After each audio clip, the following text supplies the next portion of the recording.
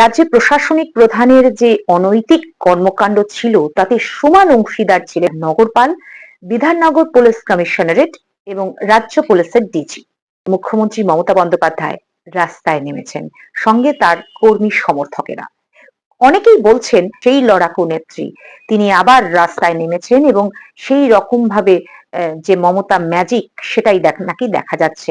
এই যে রাস্তায় নামা, এই যে প্রতিবাদ, সেখানে সাধারণ স্বার্থটা কোথায়, যার জন্য এই পরিবর্তন এসেছিল?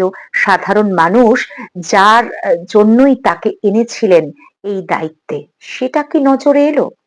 সাম্প্রতিকতম প্রতিবাদ আমরা দেখতে পাচ্ছি, দুর্নীতির বিরুদ্ধে প্রতিবাদে মানুষ রাস্তায় নেমেছিল, যোগ্য চাকরি প্রার্থীরা রাস্তায় নেমেছেন আমরা দেখেছি, এবং যেটা রাজ্য তথা দেশ তথা বিশ্ববাসীকে নাড়িয়ে দিয়েছিল অভয়া কাণ্ডের সময়।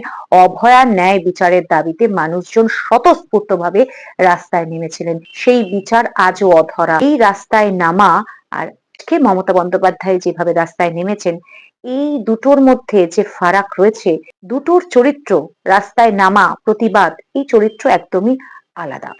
আর্থিক তছরূপ, কয়লা মামলা, হাওয়ালা ইস্যু ইত্যাদি নিয়ে ইডি মামলায় মুখ্যমন্ত্রী মমতা বন্দ্যোপাধ্যায় যেভাবে ঝাঁপিয়ে পড়লেন, তাতে প্রতিবাদের থেকে বেশি আতঙ্কের ছায়াই কিন্তু প্রকট হয়েছে।